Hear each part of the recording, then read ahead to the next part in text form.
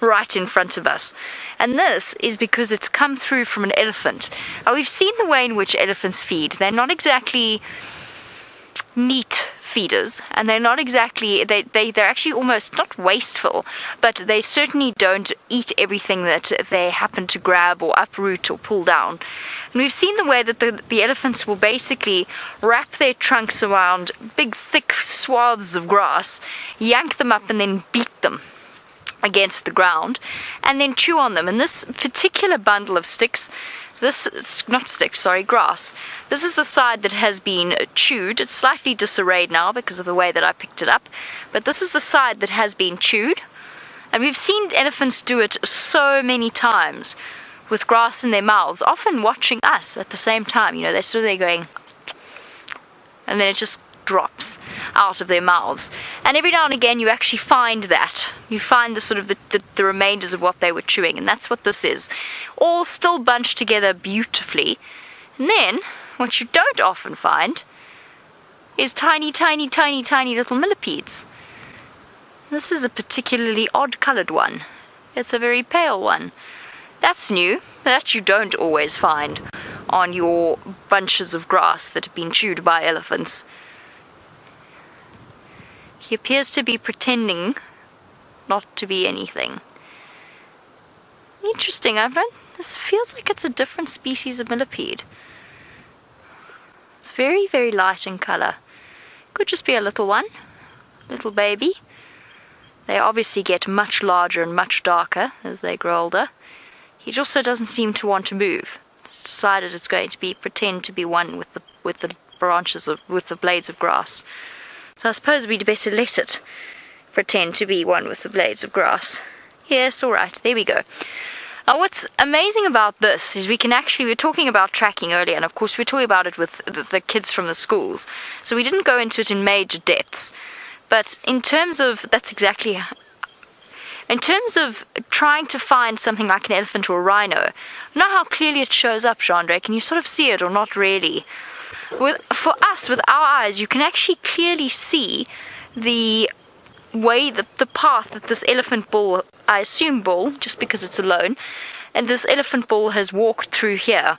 And you can see where the grass has been flattened, and you can actually see which direction he's walked in, which is the direction that we're walking in, just by the direction in which this grass has been pushed over. And if we look further on, you can sort of continue to see it. There's bits of grass down here. All of the grass that has been flattened or pushed over has been done so in this direction. So even when the grass is just too thick to see the tracks, or the soil is just too hard to see the tracks, even when you're tracking something as large as an elephant, you can actually read the signs from the vegetation. Elephant, rhino, hippo to a small extent, and maybe with a buffalo herd, not so much with an individual buffalo. You can see it. It's hard. I think it's very difficult to capture on camera, but you can see it really clearly. I don't think this is particularly fresh. I think this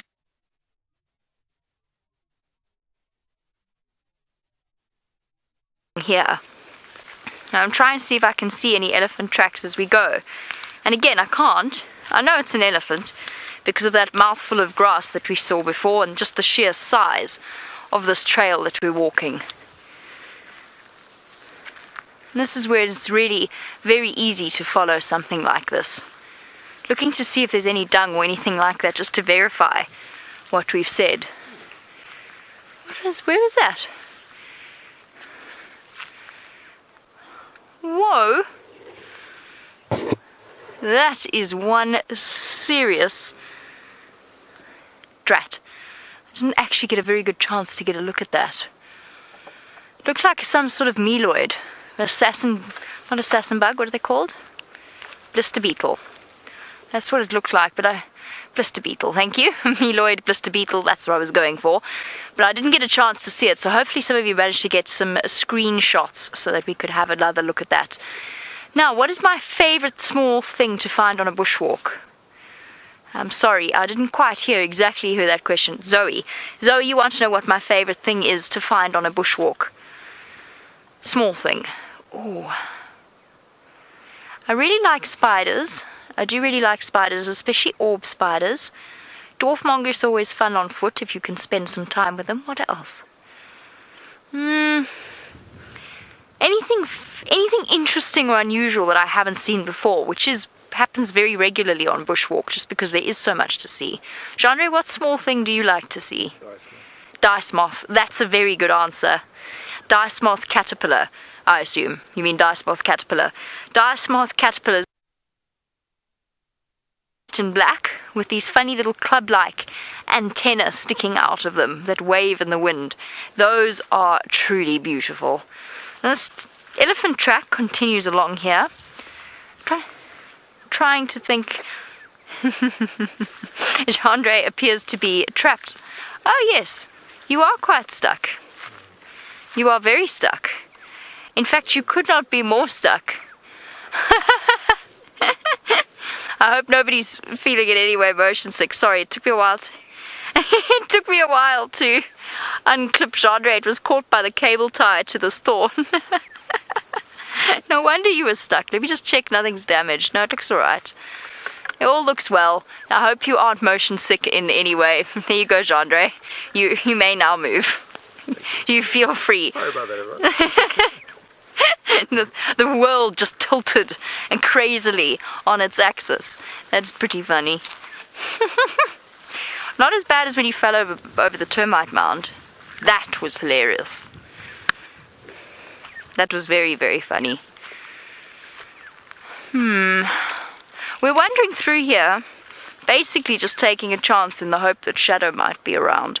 But that's essentially all we're doing. Looking for Shadow and then looking for small things. I think Chandra stole the best answer. He also apparently likes to find thorns with cables. By cable ties. Okay. What's that? Ant's nest. Yeah. Ant's nest through here. And then we'll keep following. I'm going to keep following this elephant path because I have to say it's actually making life slightly easier in terms of walking, just not having to stride through the grasses. So while we do a stride through the grasses, it seems as though Tristan has found one of my favorite birds. Let's go and have a look. They're all behind us here. They're coming slowly but surely over. See them flying. Oh, are they Europeans or commons? But to get those on camera is going to be tough.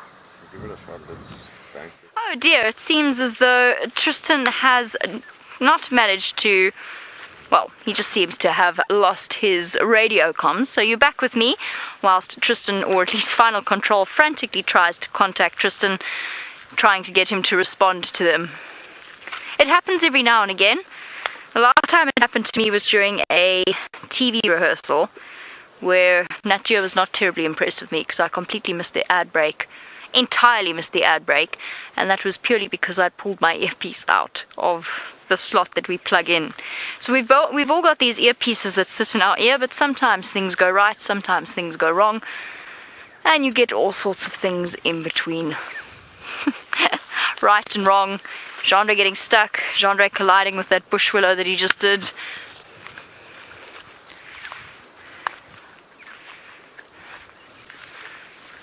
Still following this elephant path. So far proved to be thoroughly convenient. I was just the block of the aardvarks. This is the home of the aardvarks, this area. And actually, I've just said that, this is quite cool. You can actually see, just make sure there's no snakes waiting to launch themselves at Genre. You can actually see how this has been broken open. Possibly by something like an aardvark. Doubt it though. I think the aardvark would probably have gone for something smaller than that. I think this could well have been an elephant kicking this over. You can see how it's been broken open, but it doesn't look like this particular, at least this particular part of the termite mound is active, because they haven't even bothered to rebuild it. And usually, whenever there's damage to a termite mound, if it's an active termite mound, you can guarantee that the termites will be swarming around there immediately trying to fix it up. So I suspect this has been knocked over by an elephant, but I don't think it's done any damage because I don't think this termite mound is active anymore. So at first I thought it might be perhaps something that had been broken open by an aardvark, but I don't think so anymore. Very, very bad idea to stick one's hand in these holes. I suppose that should go without saying, that if you're out here in Africa where you get spiders and snakes and all sorts of things in between, you don't really want to go putting your hand into somewhere it doesn't belong. But just a gentle reminder that you don't really want to be doing that. While we continue on, let's hope that Brent can hear Final Control, and Kirsty in particular, and see what he's up to on Cheetah Plains. I just got some good news which prompted me to speed up my move towards Cheetah Plains. There's a very strong possibility that one of my favorite leopards has crossed into Cheetah Plains. Now, let's see who can guess which leopard I'm talking about. Hashtag Safari Live or questions at WildEarthTV. Which of Brent's favorite leopards has possibly crossed into Cheetah Plains, and what or which leopard am I searching for? Hashtag Safari Live, questions at WildEarth.tv. Now, I'm going to slow down because it's somewhere in this area. So now I want to go very, very carefully and check for tracks. But I think it's going to be a magnificent evening on the open plains, even if we don't manage to find that cheetah. And I think, oh, we might get a few good birds down there.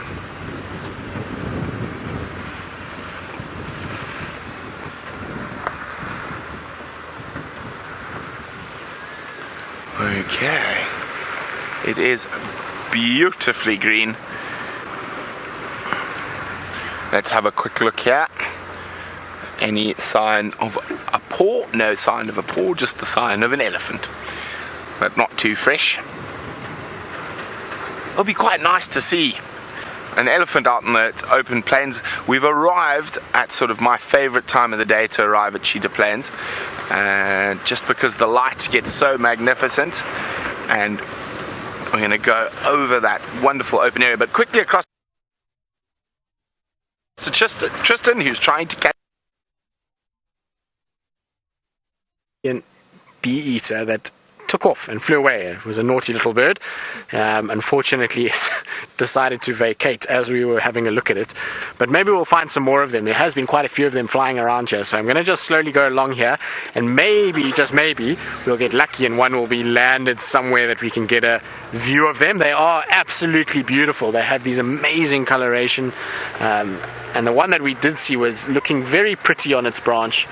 Just trying to see there. I can see them fly.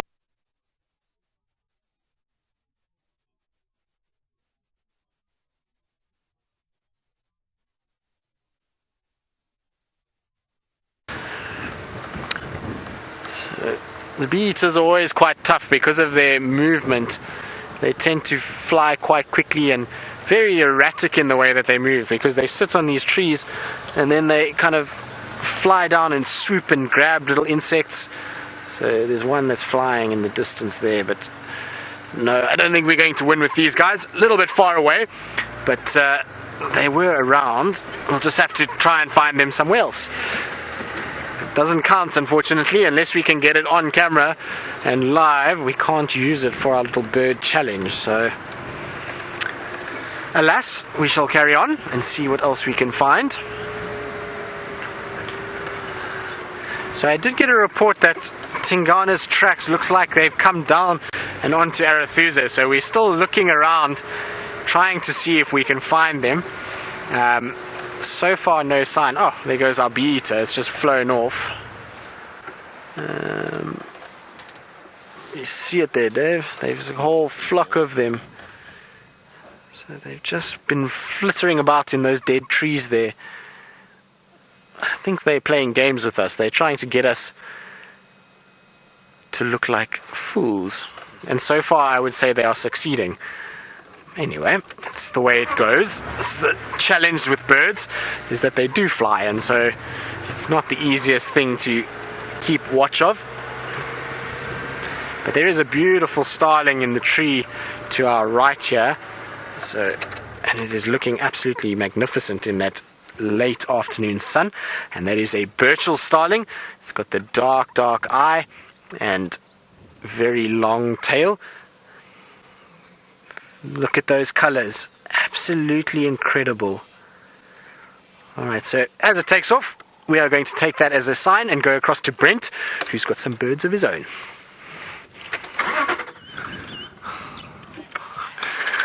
They flew away. Oh, something's...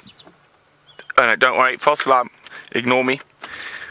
I thought I saw a monitor lizard. But it is just... Oh no, let's actually have a look at that. There's yellow-billed hornbills are either fighting... And I don't think I've put yellow-billed hornbill yet. So let's have a look what they're up to. Yes, I think they're having a bit of a fight.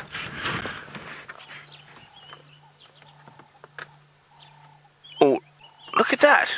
A little bit of a tussle. Now, you've got to be careful. I just want to check that maybe it's not a feeding behavior or courtship behavior.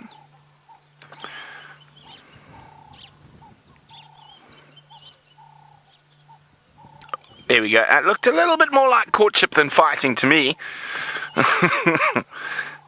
Well, sometimes in the animal kingdom, you can never really be sure which is which. So I think it's more courtship behavior.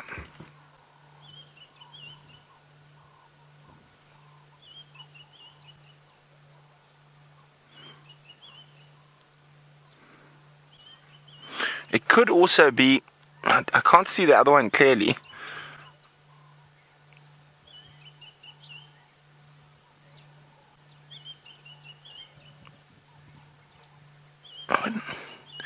No, I'm not sure. It could be a battle. Very interesting behavior nonetheless.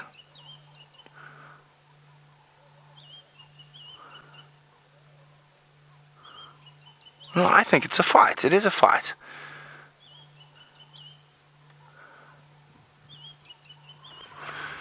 Not a very serious one.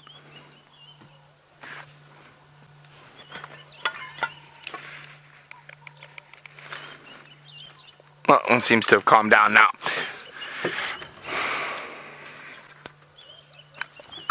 Okay, let's keep moving on, checking for the prince of predators.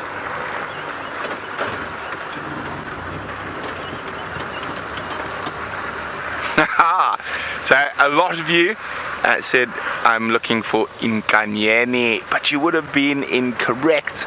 But Judy and Linda, you are spot on. There is a report, not 100% confirmed, that quarantine crossed into Cheetah Plains somewhere around this area. So while we keep checking for Mr. Q and lots of different birds, let's go back to Tristan, who's still trying to catch up.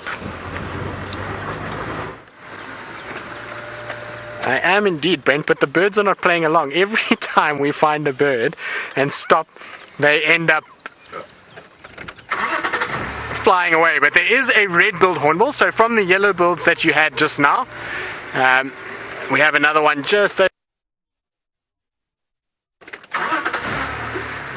So, like I say, birds are not playing the game this afternoon, so we are going to carry on and see maybe if the leopards will decide to play the game for us instead.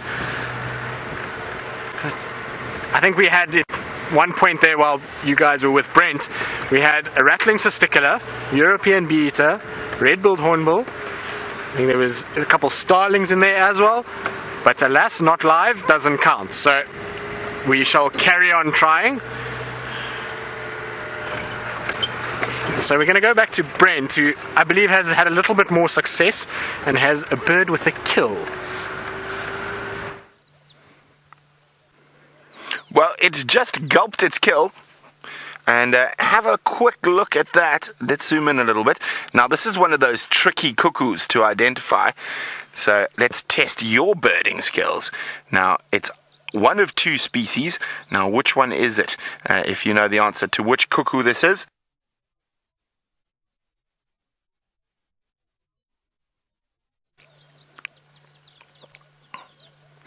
Now we want to look. I want him to turn. Let's stay on him quickly. There, we want him to turn towards us. And what you're really looking for here is the bill. And that is pretty much the only diagnostic between the two species. I'm going to try get him. There we go. Get that bill in the sunlight. And that's the giveaway. But it did have a kill, and a kill that we've seen quite a lot on bushwalk. Well, the grasshopper it swallowed is one that isn't normally hunted by a lot of creatures because it's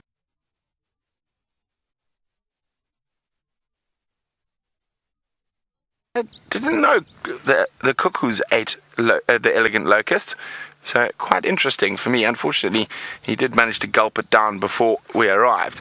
Okay, now there's a tree on Cheetah Plains where I have seen Mr. Quarantine about 5 times. So we're going to go look in that tree. I haven't found any tracks around here yet, but he might have taken a shortcut, you never know.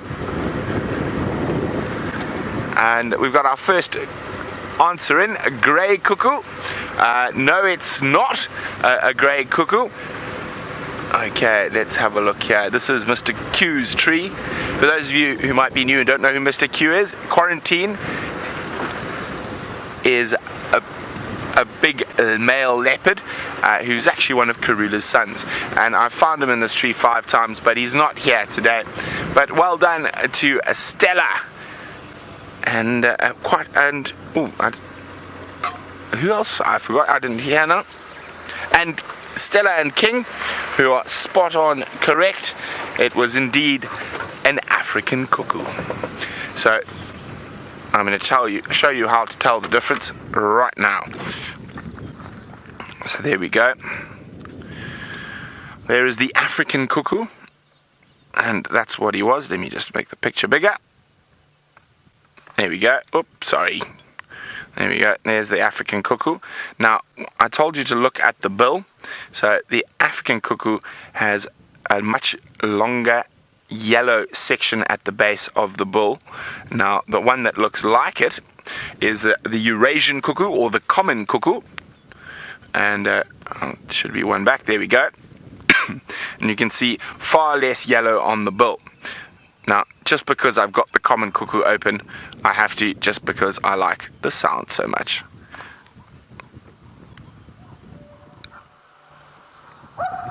Cuckoo! Cuckoo! It's okay, I'll stop being silly now.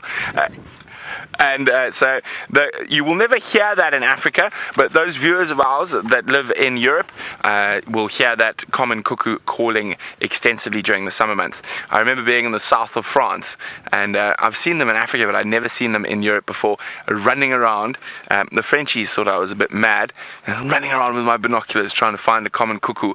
And of course, for those who live a little bit further or higher up in Europe, and closer to Switzerland, that's where the cuckoo clock comes from. It's from the call of the Eurasian cuckoo. Cuckoo, cuckoo. Now, of course, all of us here at Safari Live are a bit cuckoo, so let's carry on looking for that leopard.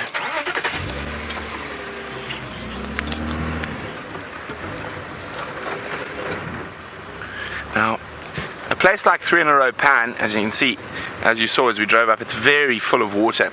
But because there's so much water around at the moment, it's not attracting nearly as much wildlife as it does during the winter months. But I thought, oh, Quarantine, he likes his old haunts.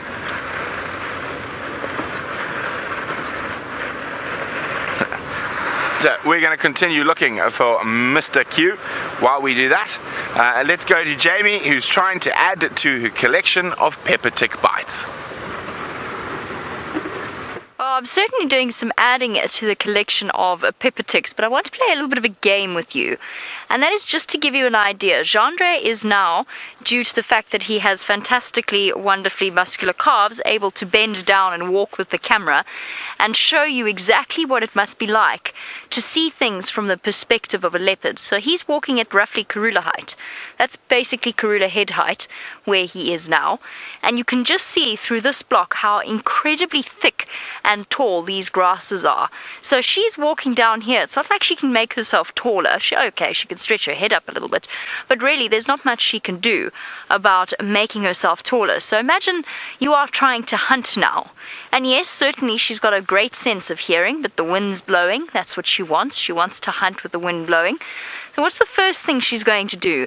And this kind of explains this instinct that they have, perhaps less so in winter, but especially in summer.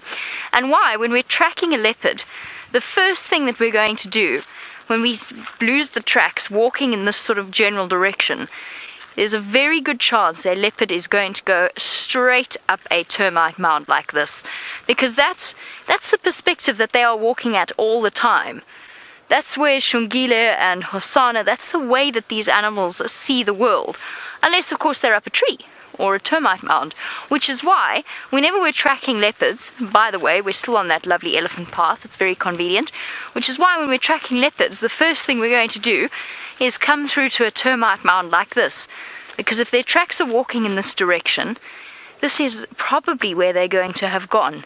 Soft, fresh dirt around, not that soft actually, let's be honest, not that soft, but certainly free of grass around the base-ish. So neither of those things that I just said. Slightly easier to see tracks. And of course there's a good chance that that leopard is going to, probably not slide down like I nearly did, but walk up to the top of the termite mound and provide itself with a, if not quite a bird's eye view, then certainly a giraffe's eye view of what is in front of it. That way a leopard can make sure. And you watch the way that they do that. They stay quite low, so that when they pop out, they're hidden, just their head poking over the top. And that way they can see if there's anything worth trying to catch. There you go. So Debbie in Vancouver, you say that really explains the need for height. Sorry, it's my pepper tick collection. One of them has just attached itself to my knee. It does explain the need for height. And I think it's very difficult for us to imagine the perspective of the world that they see, walking as they do, so low to the ground, and then trying to hunt. So I'm standing up here and already, and they can see, I think they see better than we think they can. They can see relatively well. I can already see an extra, trying to work it out, probably about 100 yards, and a 100-yard radius around me, compared to when I was just walking through, and I'm about 3 times the height of Karula. Is that an exaggeration? No, it's about right. I must be about at least 3 times the height of Karula. So if I've improved my perspective, she would have as well. Or Shadow, or whichever particular leopard we're talking about.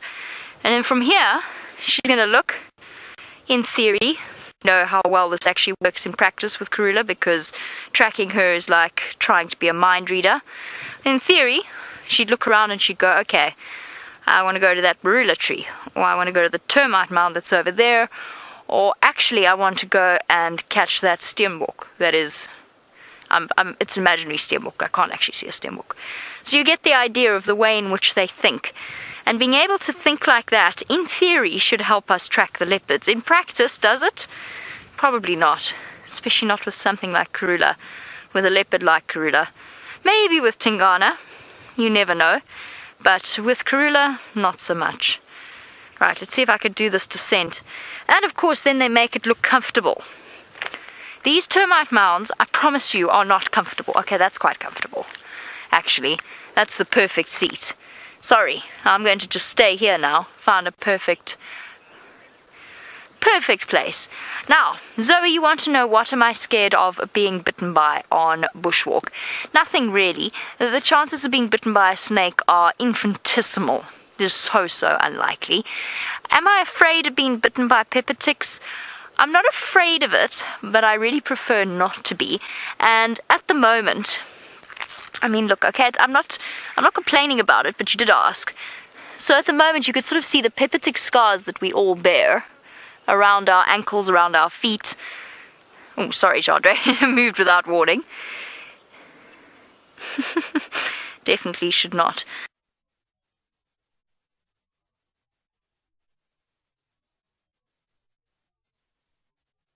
My feet, anyway. Well, the pepper ticks that bite us, it's just very, very itchy, and for some reason they seem to target some people more than others. Steph is the worst. Steph is positive. Aha, here's a pepper tick. Yeah. I will. Oh, they're both on my thumb. Hold on. They're both on my thumb there. Look at them. Look at them. Go further back. I'm sauntering along my thumb like they own it. Can you see them, Jandre? There. That is what I'm afraid of being bitten by. Not afraid.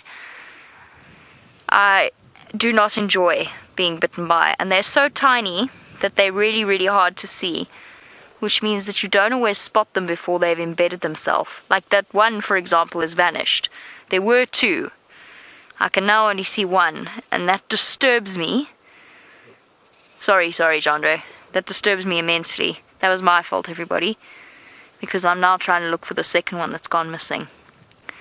So it just gives you a sort of an idea as to the pepper tick size. Go away. Leave me alone. And some people really do. I don't think I've ever seen Brent with a pepper tick bite. They just don't seem to like him. Mosquitoes, on the other hand, well. Now, I'm being distracted, but my original purpose of sitting on this termite mound was to tell you about tracking leopards. Seems as though Tristan has had some luck in finding one. Let's go and see where he is. Indeed, Jamie, we've managed to, through the cooperation of some of the other vehicles in the area, we've managed to find Tingana. He's been crisscrossing our tracks behind us the whole afternoon, so he walked right where we were. We actually drove past this area a little bit earlier. If you guys remember where the vultures were, we are slightly north of where the vultures were, so his tracks were on top of our vehicle, and the guys then followed that, and there he is, having a very, very nice cozy nap. He's found himself a beautiful shady spot. There's a nice little breeze blowing, as you can see by the grass moving there, and it looks like one happy cat. Now, given the amount that he's been walking today, I would imagine he's quite tired, so he's having a little rest. He's not completely flat. You can see he's kind of up on his front legs a little bit. So there was a little steenbok around that scampered off quite quickly when it saw him. So I think he was kind of watching that, and there we go. He's gone down, and it's time for a really good nap now, I think. Long day. If you think that he was fighting yesterday afternoon, he's then been patrolling the whole day, I think the nap is well deserved at this stage. But you can see why it's tough to find him. You know, in this area here, it's quite far from a road, so the only way to have found him would have been to be on foot and to actually have tracked. And like I say, he was just kind of looping behind us the whole time, so I'm glad we eventually managed to catch up with him. Oh, great to see him again. And he's showing no visible signs of any injuries or any cuts or scrapes. Now, I watched the video earlier, and it seems like he got the better of that fight. He was the one that kind of approached towards Mvula and caught Mvula by surprise. So he was the one that was able to kind of get on top, and I think basically what happened is he bit Mvula and kind of grabbed him and didn't get a proper hold, and so Mvula was able to wriggle free, and from there they kind of just had a little standoff, and then off he went. So it was nothing too serious, and he's not, like I say, sporting any new fresh wounds, which is good for him. You know, he was often limping for a while about 6 months ago, so I'm glad he hasn't aggravated any of that or caused himself any damage.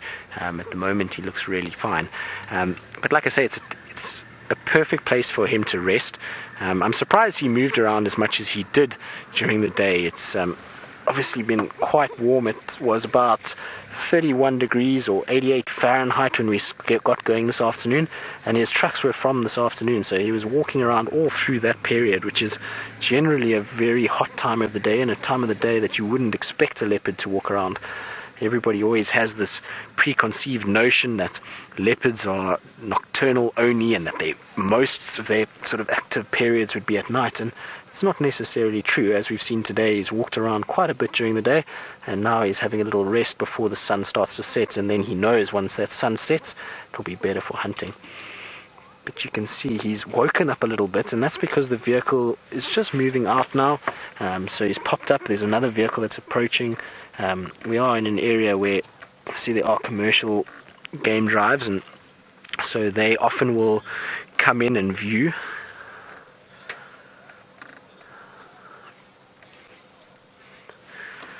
So Helen, he isn't actually the biggest known male in this area. We have quite a few males that traverse this particular section, and he is the second biggest that we have. So there is one bigger than him, and that one that is bigger than him is bigger than most. His name is Anderson, and he is slightly larger, well, not slightly.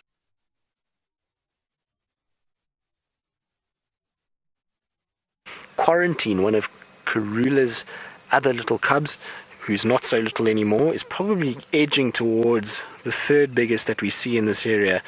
There is another male that Brent has seen every now and then called Djuma, which is a very skittish, shy male that often comes into the northern side of Djuma, who I believe is quite big. I've never seen him myself, so I wouldn't be able to give you a size comparison, but Brent tells me he's quite a large chap, so maybe he's our third biggest, and then Quarantine into that. Mvula used to be quite a large chap, but unfortunately now, because he's gotten a bit older, he's become a bit more nomadic, and he's lost a little bit of his kind of bulk and size, and he's not nearly as imposing as what Tingana and Anderson and the likes are. And these guys are still in the prime of their life, so they big boys and got a lot of bulk on those shoulders and head area and neck area. So,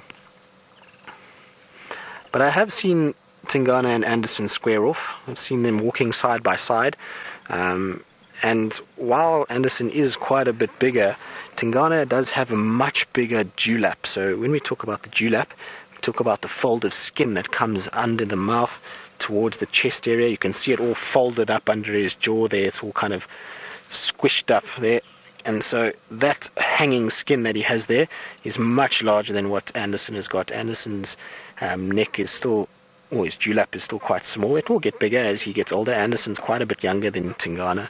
As far as we know, he's probably about 4 to 5 years younger, so his dewlap will start developing, but Anderson is definitely slightly taller and much bigger head. So in that particular little argument that they had, or little showdown, it was Anderson that was the dominator of that particular argument, and they kind of walked on each side of the road, and they decided, I think, that the road was the boundary between the two of them, because since that day I've seen neither one of them actually cross that boundary other than when they were mating. They always get to that particular road, and both of them then scent mark along the one side of the road and then turn around and go back in opposite directions. So it seems like that day the line was drawn, and that is where it is at this stage.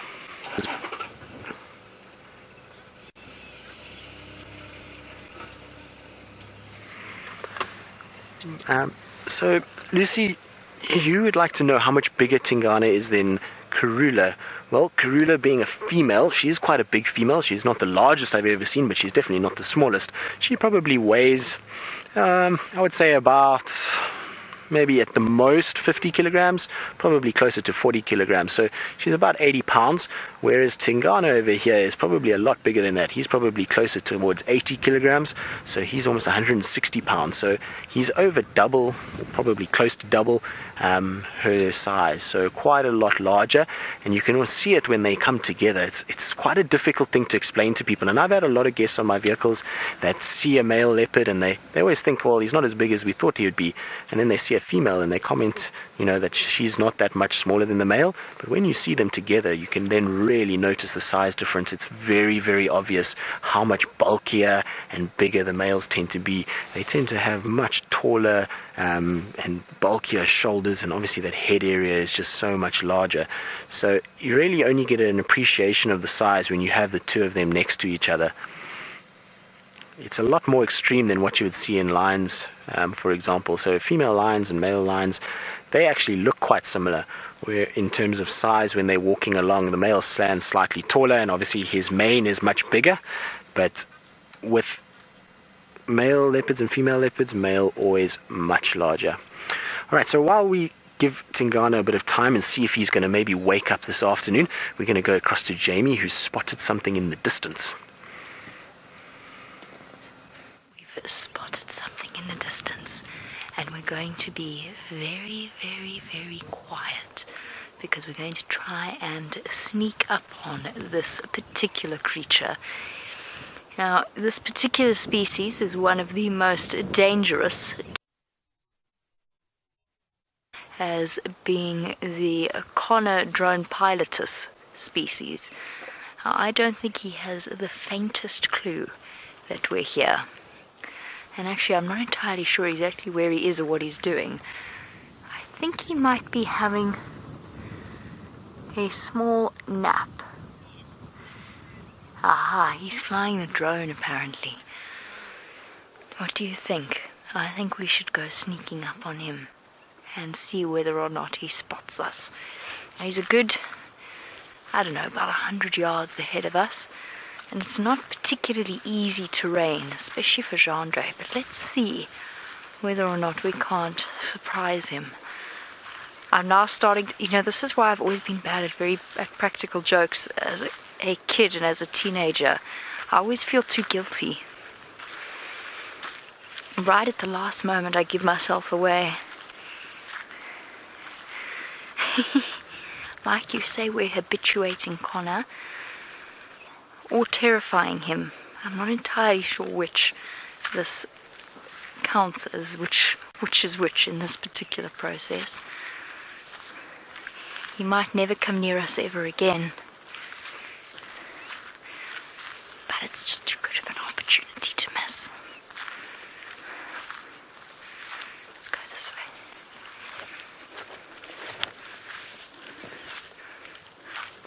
We used to play this game as children, called Stalk the Lantern at night. This is what this feels like, except it's Stalk Conner.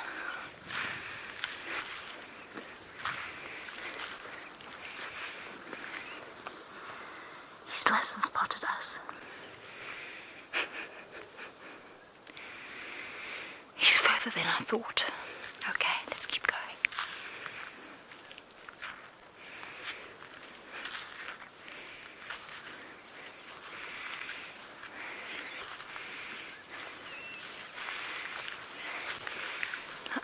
James, you say Conner in his natural habitat. He seems to be having a great time. It's going to be very awkward if he crashes the drone, though. Graham will kill me if he crashes the drone. What happens if he crashes the drone, Chandra? He shouldn't, right? He's a professional drone pilot. This could be considered a test, right? What if...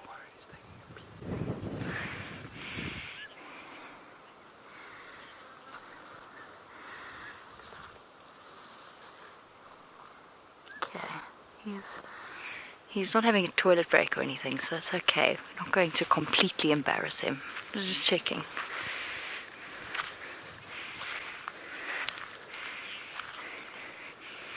Now, W. James, you want to know if Conner is dangerous only when he's hungry. If you haven't fed him, then yes. Otherwise, he is very, very laid back. He is always hungry, that's true. Only if he's very, very hungry. Which is okay, I understand that. Oh dear.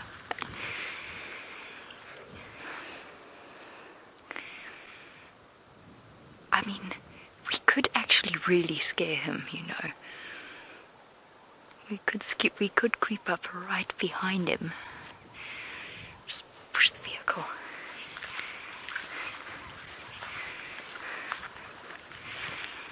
Badly nature, you say make sure the wind is to my face so that he doesn't smell me. Luckily the wind is blowing this way. But don't worry, I had a shower before we went on drive anyway, so I'm not too stinky. Chandra didn't though. Okay. You know what would be terrible is if it wasn't Connor, but it's definitely Connor. Okay.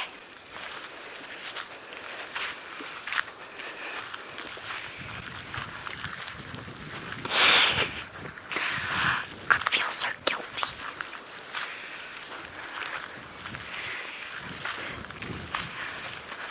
What if he says a bad word?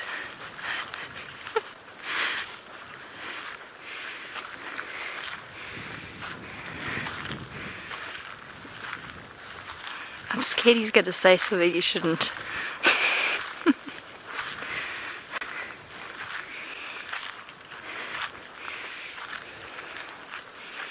Let's go see what Connor is looking at, and then we'll creep up some more.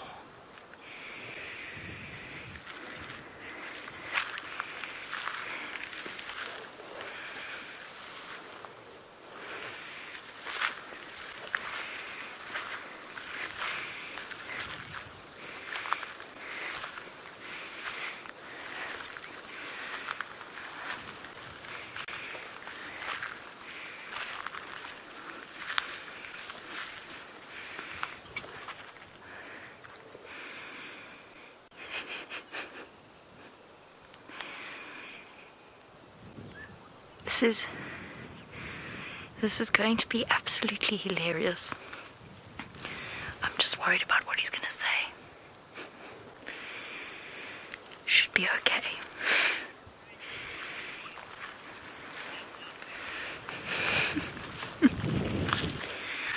Rose says don't worry. Oops. Thanks, Rose.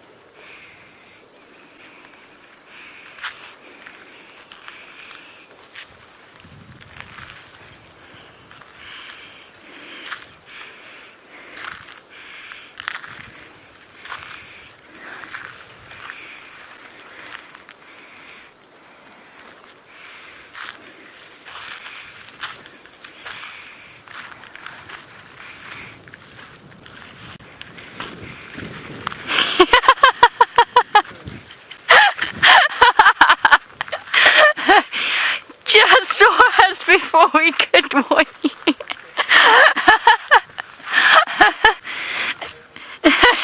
Hey, Connor. His face. Let's go see Karula and Cubs with Brent. Look at this. Karula and Cubs being shepherded by that crocodile. Now, in some cases, the crocodile will leave the water to attempt to get prey, but it looks like that crocodile's still hunting for terrapins. And let's hope that the leopard's instincts that are ingrained in them for hundreds of thousands of years will teach these. That is a very dangerous animal.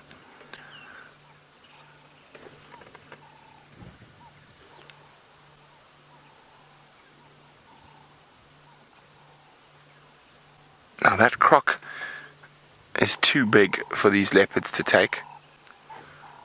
Just come out again. There we go. Look at that croc.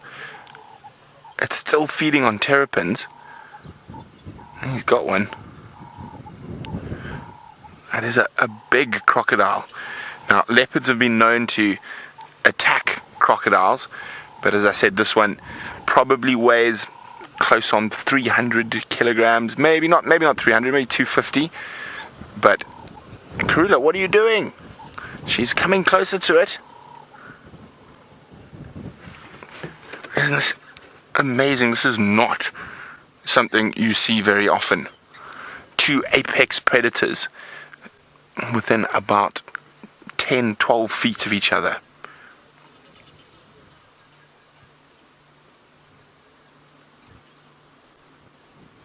Oh, Hosana.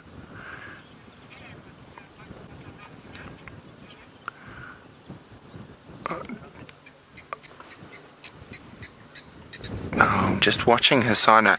Hopefully that curiosity that young male leopards have doesn't make him too curious, as that crocodile can move at lightning speed. Now, Ellen was wondering where we are. We're sitting at Twin Dams at the moment. The croc's still not really paying any attention to the leopard. Karula's hissing at it. Look at this. This is absolutely amazing. Look how close she is to that croc, hissing at the crocodile. The crocodile is paying no attention to it. I think he knows he's far too big for a leopard of her size, or even a leopard of Tingana's size, to actually give that crocodile any trouble. The only predator that might be able to give that crocodile a run for its money is a lion. And even then, I think only a male lion.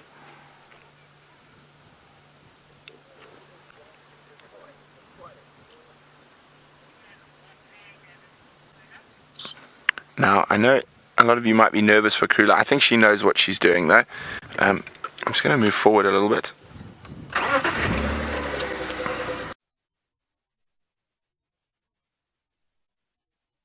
Paying no attention to the leopards at all.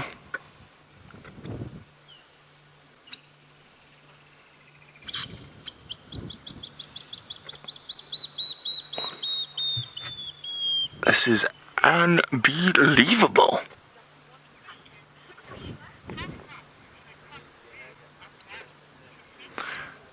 Tiffany's wondering how fast can a croc move on the land.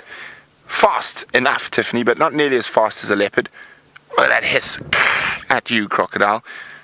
See, she's very nervous of it. That crocodile was almost looking like he was going to actually charge. Now, for him to stay with both crocodile and Karula, please. Just keep it. Yeah. So that croc looked like it was about to lunge, and Karula immediately leapt backwards. Now, for that croc to really have a good chance, they can launch about 4 or 5 meters out, about that same distance, but they need deeper water. So he'll need sort of a really deep sort of drop off, that crocodile, so it can get some real momentum as it moves its.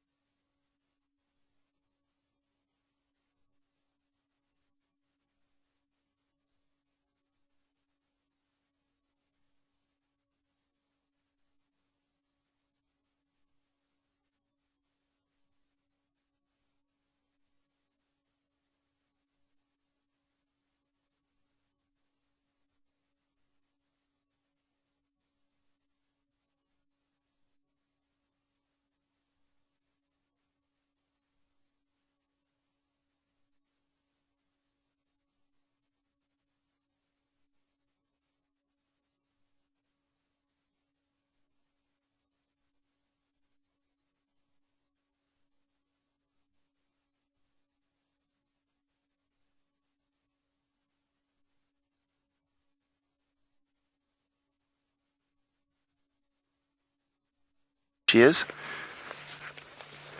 It'll be interesting to see if she's going to lead and move away, or she's going to continue to focus on that crocodile.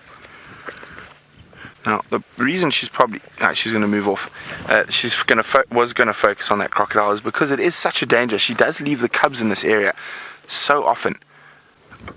Now, Hosana is still fascinated by that crocodile. Thankfully, he's moving away.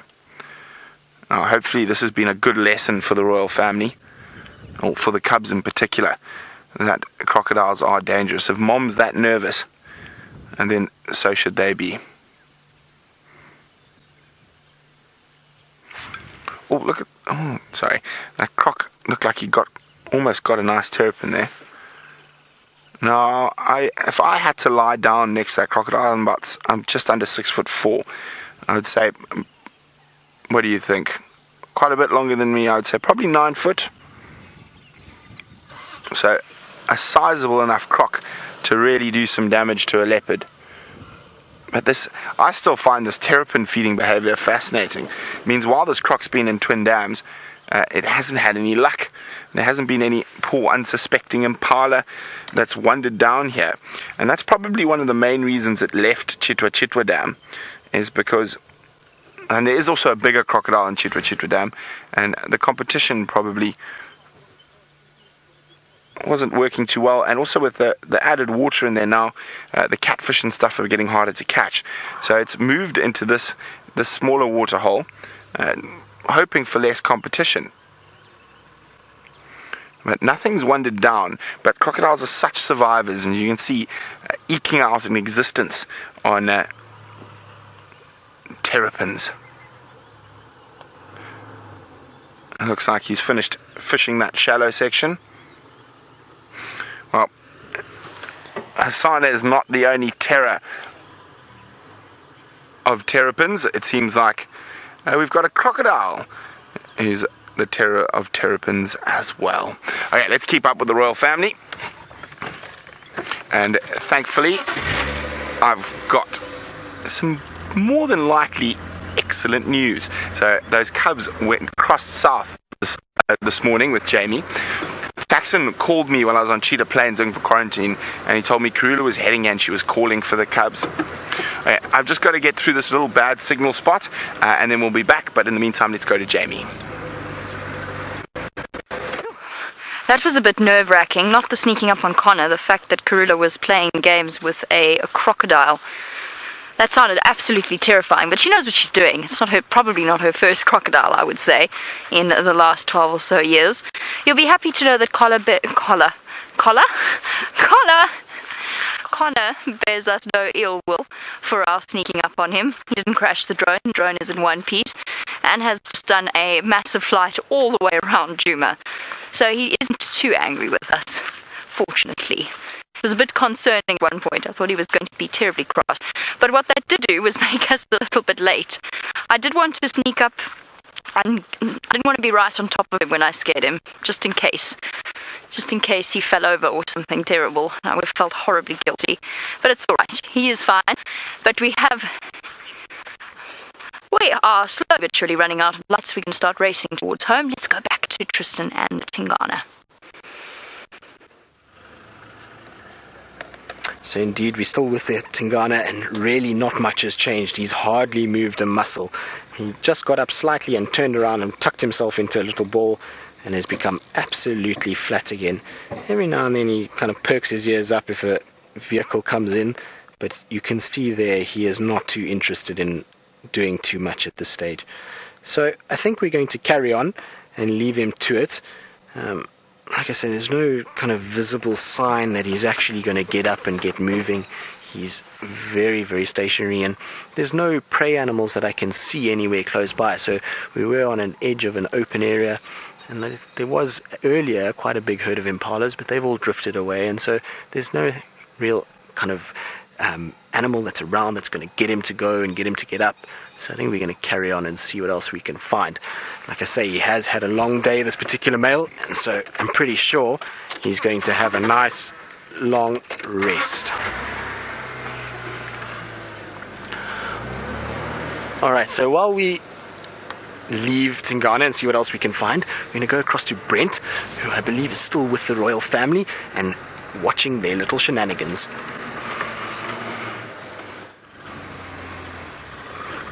Well, as I said just before we went into that little bad signal spot, some very, very good news. Karula came all the way down here to right to the southern boundary, had a standoff with a crocodile, amazing, and is now heading north, which means she's made a kill, and that kill is almost certainly in Djuma. So we're going to stick with her till she gets there.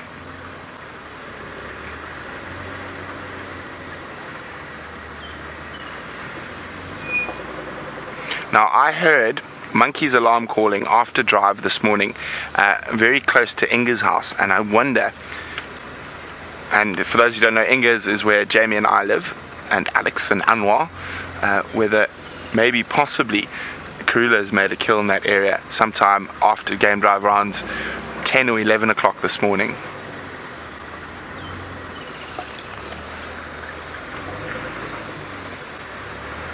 There, little Xogile there.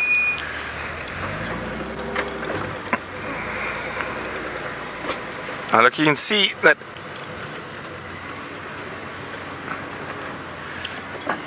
Hosana is not quite as big as Karula just yet, but she is getting there. Oh, Karula is stopping for her evening constitutional.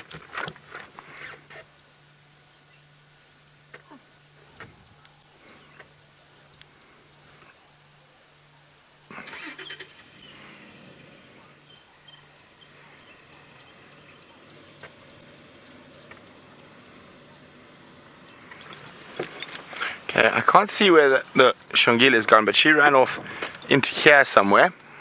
Oh, there she is.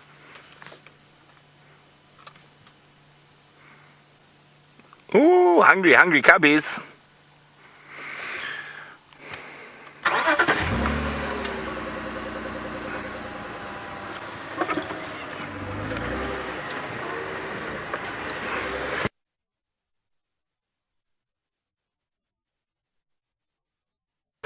What are you up to, Hosana?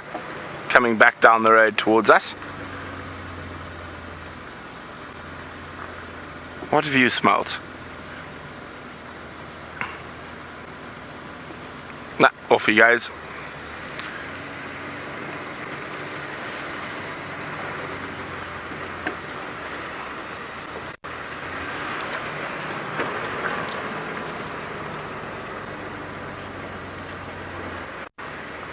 I've just heard you guys got some absolutely amazing screenshots of that Nile crocodile. Been working hard. Now, and as Karula obviously knows the old adage, never smile at a crocodile. I can't remember where it comes from. If anyone can remember where that old saying comes from, never smile at a crocodile, please let me know. Hashtag Safari Live or questions at WildEarthTV. I've been talking quite a bit about crocodiles today. Now, can you believe I actually used to earn a living, well, during part of the year when I was a youngster, catching them. Dips. So while we do that, let's go and see what Tristan's up to.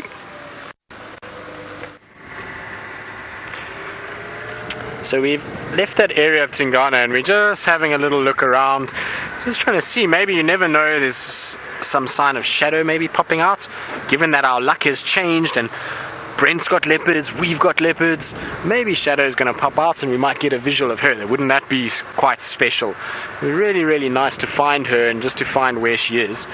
But as we're driving along, the skies are becoming so incredible. We've got the sun setting on our western side, and to our east are these beautiful big storm clouds that are busy catching all the last little bit of light. So they've gone purple and hues of pinks, and look at those, aren't they absolutely magnificent? So those are big cumulonimbus clouds. So generally what's kind of the early stages of a storm that it starts to brew, but the tops of them are brilliant pink at the moment, catching just the last little bit of light. Very, very pretty.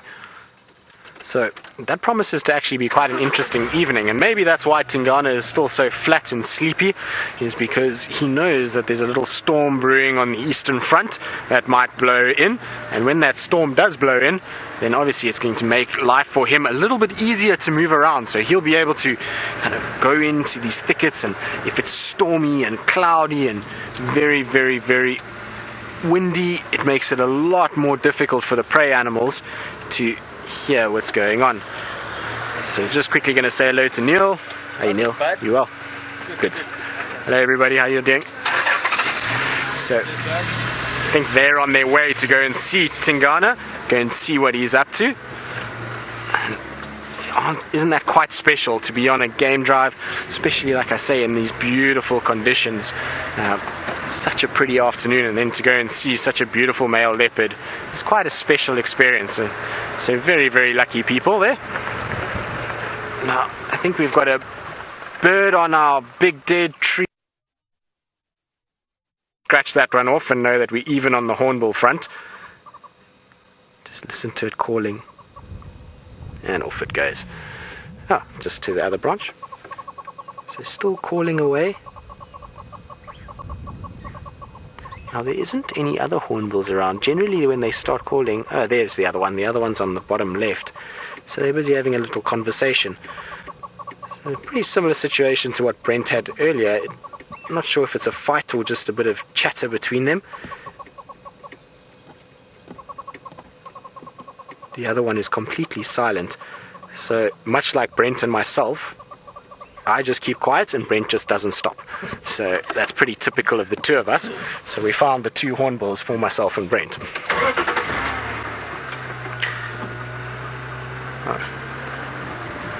Alright, so talking of Brent and his chatting, seems like he would like to chat to you a little bit more. So we're going to go across to him and see what he's got.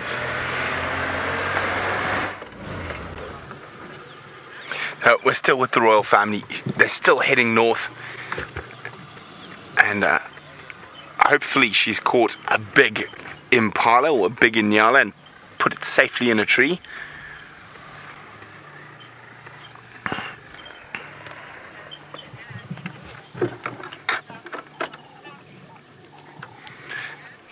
Oh, well, a big thank you to Tula Ann, who reminded me and got to tell me where the song "Don't Smile at a Crocodile" comes from. It is, of course, from Peter Pan. Thank you very much, Tula Ann. Mwah! Oh, that terrapin is a lucky one, because Hosana has obviously knows mom's got a meal, so safe from harassment for today while moving between pans. Watch out, there's a crocodile down the road, Mr. Terrapin.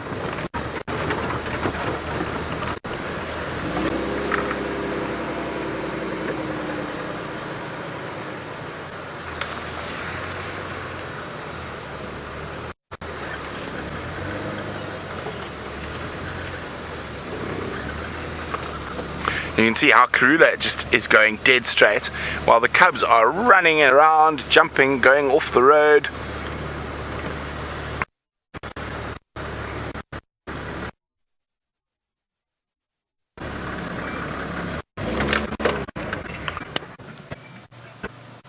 Okay, this is another one of those funny little signal spots during the summer months. So we're going to jump back on board with Tristan, and we will definitely be seeing where the royal family head to next.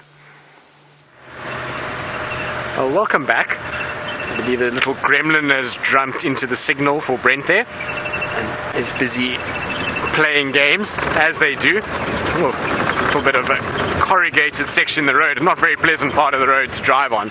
It's unfortunately where all the delivery trucks come in, so when they drive here they tend to churn the road up a little bit. So a little bit bumpy in the back for Dave, but he'll survive, I'm sure.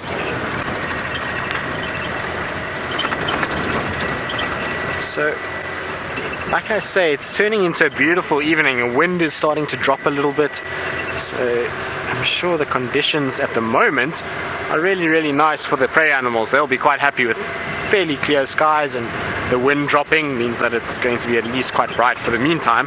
But like I say, those storm clouds are starting to build more and more. They've grown quite a bit since we've been out this afternoon. It's a little Franklin making a noise. It's another bird we can add to our list.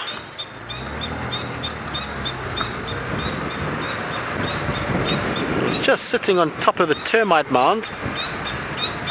So, don't let us interrupt you. Carry on. So, there we go. A little Shelley's Franklin. Isn't that beautiful? Oh, I'm sorry, I'm mistaken. It's not a Shelley's Franklin. It's a young Coqui Franklin. My mistake.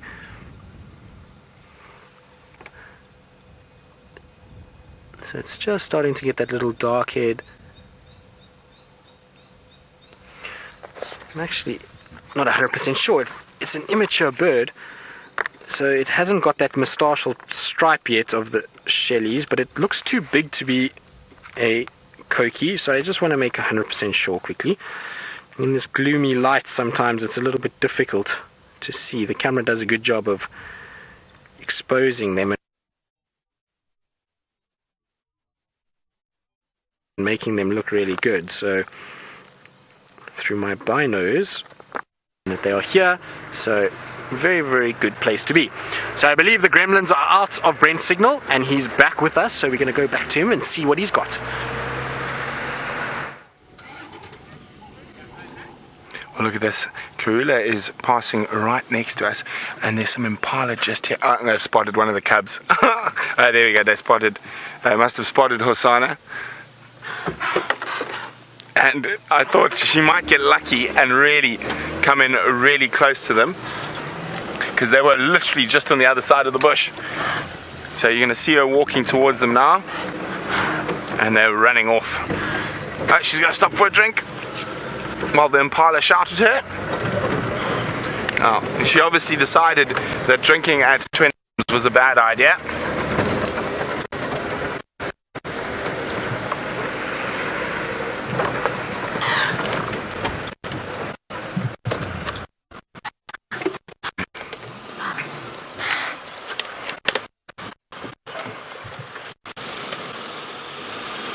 Isn't that exquisite? The whole royal family enjoying an evening drink.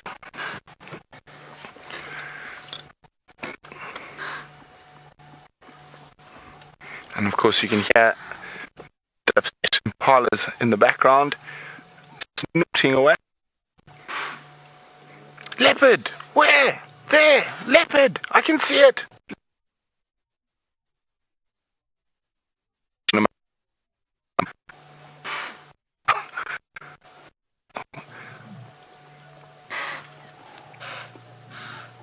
And the ones at the back, are you sure? Yes, I'm sure.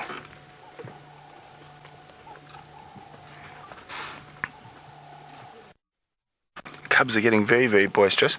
So she's going to pass. Just keep very, very still. Keep.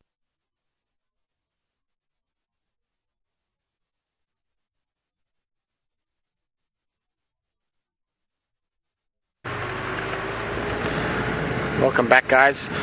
So the gremlins are not gone. Don't know why they're in there. I'm sure they will vacate. It's a bit of a pity because I believe the cubs are moving around, and so very pretty sighting there. But it happens. That's the nice part about being live out here, is that these things do happen.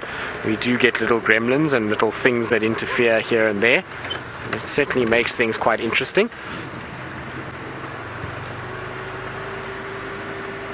So we were debating, Dave and I were just chatting about that Franklin. It just didn't look quite right for either the Coqui or the Shelleys. Both of them, if it's a female Coqui, has a very distinct black moustache on it, and so does the Shelleys when it's an adult. And it just looked too big for a Coqui Franklin. So I think it's a juvenile Shelleys. That's what I'm going to go for. Like I say, it's a bit difficult in this gloomy light. I'll have a look at some screenshots when I get back and see exactly what it is,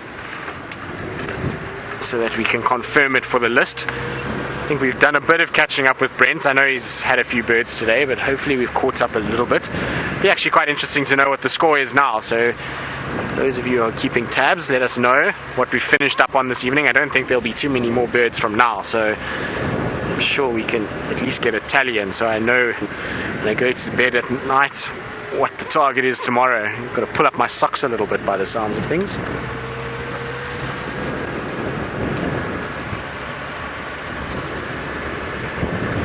So no signs of any of the lions. We did have tracks earlier as well of a lioness and a male lion crossing into Buffel's Hook. So I would imagine that it was in all likelihood one of the Birminghams and one of the Nkuhumas. Sorry, I just saw something come out of the tree here. Not sure if there was a bird of prey that just landed. But you see anything there, Dave? Something just landed next to us, but I couldn't see exactly what it was. It's just a crested francolin, so just next to that bush willow. There we go. If you go in and down a little bit, and in there, a little bit to your left, and up a little bit. It was moving around there. So there was a little crested francolin that was moving. It was obviously sitting in the tree, and as I came past, it just flew down into the grass. But I believe that I have got those on my list already, so I'm not too stressed about that one. But I just heard this plop next to me, and I thought maybe it could be a bird of prey. Sometimes you'll find like little sparrowhawks at this time of the day. Will go down and grab something, or even an owl, which would have been great if we had had an owl. That would have been spectacular. But unfortunately, it was just a francolin. So, not that the crested francolins are not beautiful. I do like them. They've got that beautiful marking, and actually when you see them up close, they're very, very pretty. They've got these kind of speckled white on the feathers, and they actually are quite good looking birds. It's just they're very, very common and very, very loud. And we were talking about tracking earlier. They're actually the bird that can give you the most amount of heart attacks, because you'll be tracking a female lion with her cubs, or a leopard, and you're going through this thick area, and it's really quite tight and close, and you get a bit kind of nervous because you know the tracks are fresh, and then all of a sudden, out of nowhere, there's this francolin that bursts out of the bush, and there's noise, and it starts squawking at you, and just about jump out of your skin when that happens. So from that point of view, they are not the greatest bird, but they actually are quite pretty, and I do like them, and their sound is so iconic, particularly at the start and the end of a day. It's just, you know, one of those birds that will always call at those times. So if you spend a lot of time in the bush, it's always represents a beautiful time of the day.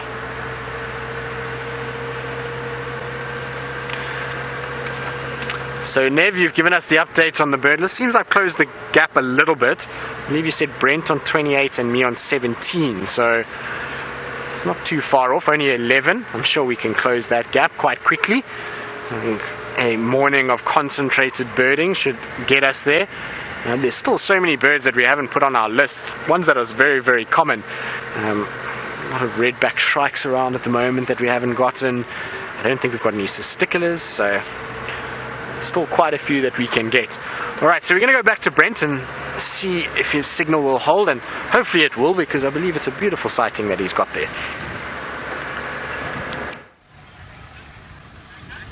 There we go.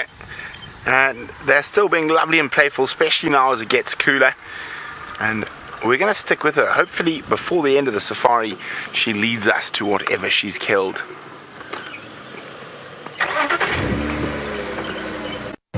Let's keep up. She's now looks like she's about to leave the road. So we could be getting close to the kill site. Or she's just having a rest. No, she's just having a rest. On her way. It's been a hot day.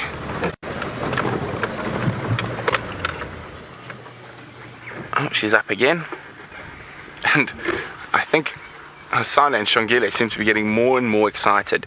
They obviously are quite hungry. And she left them there, what was it, two days ago? On Sunday morning. Oh, so not that long.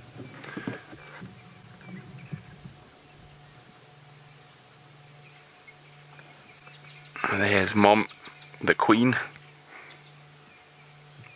of Djuma. Oh, you can hear Franklin's being harassed by the cubs. I also think she's moving a little bit faster after those impala alarm calls. There have been quite a lot of hyena in this area, so impala alarming like that will immediately attract the attention of lion or hyena that might be in the area. So she's just increased her speed a little bit to get away from the area where she was spotted by those impala.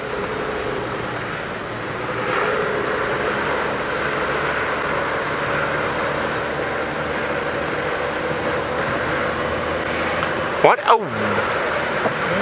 wonderful so far. Exquisite screenshots of the royal family.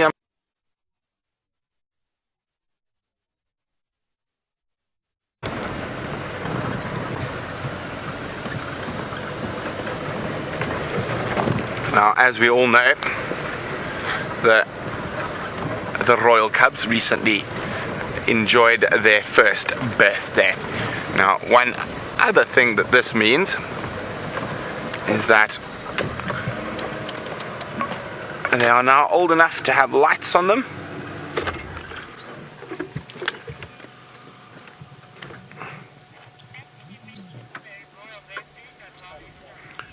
And since they're old enough to be in the spotlight, oh, he's coming right next to me. Hello, Hosana.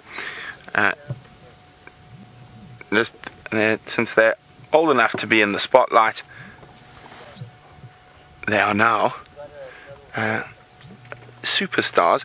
And that reminds me about what has she got? Oh, Xogile, what did you catch while I wasn't paying attention? Oopsie, sorry. Oh, it's another terrapin. That's all. She's just harassing one terrapin that was moving in. Oh, they're after a scrub here. Hold on.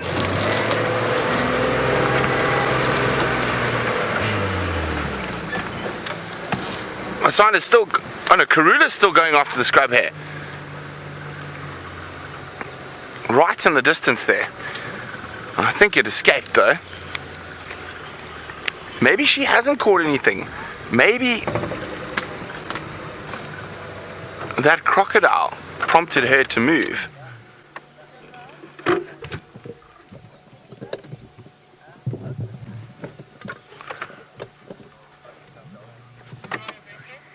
Oh yes, sorry, I got so distracted with all the action around me. Remember that you can purchase a t-shirt or a hoodie with the royal family on them for the royal birthday.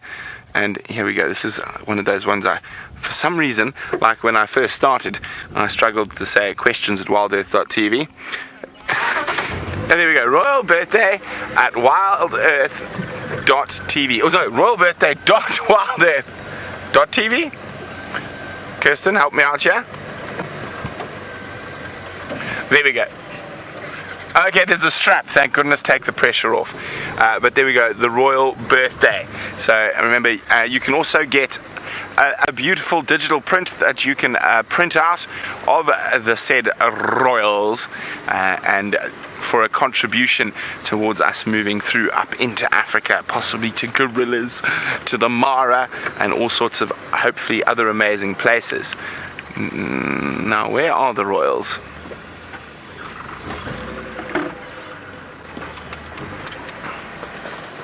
There's little Xogile. Oh dear.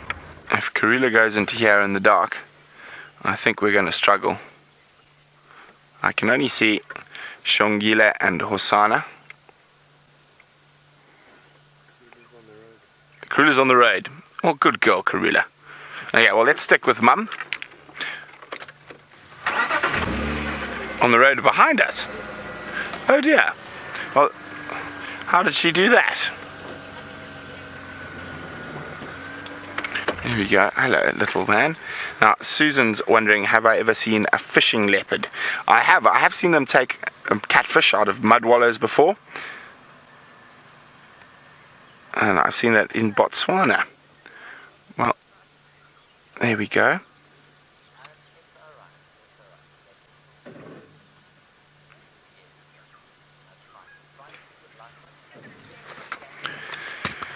Okay, let's get, where's Karula? Can you still see her?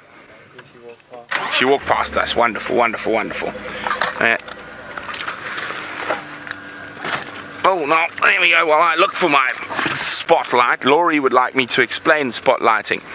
So, Laurie, generally with all young animals, hyenas, lions, leopards, we don't put spotlights on them until they're around a year old.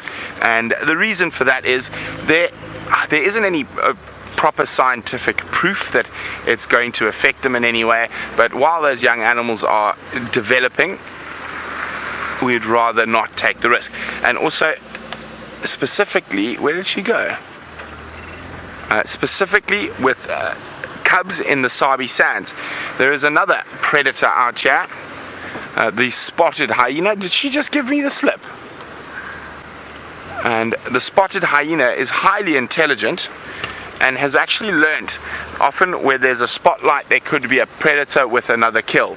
So they will actually then come and inspect spotlights, and until lion and leopard cubs are old enough that they are able to fend for themselves, because they are going to, oh, there we go, encounter leopards.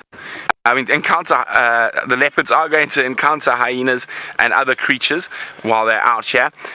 We try to make their life as easy as possible. But there we go, there's Queen Karula, and she's about to disappear into a very thick drainage system.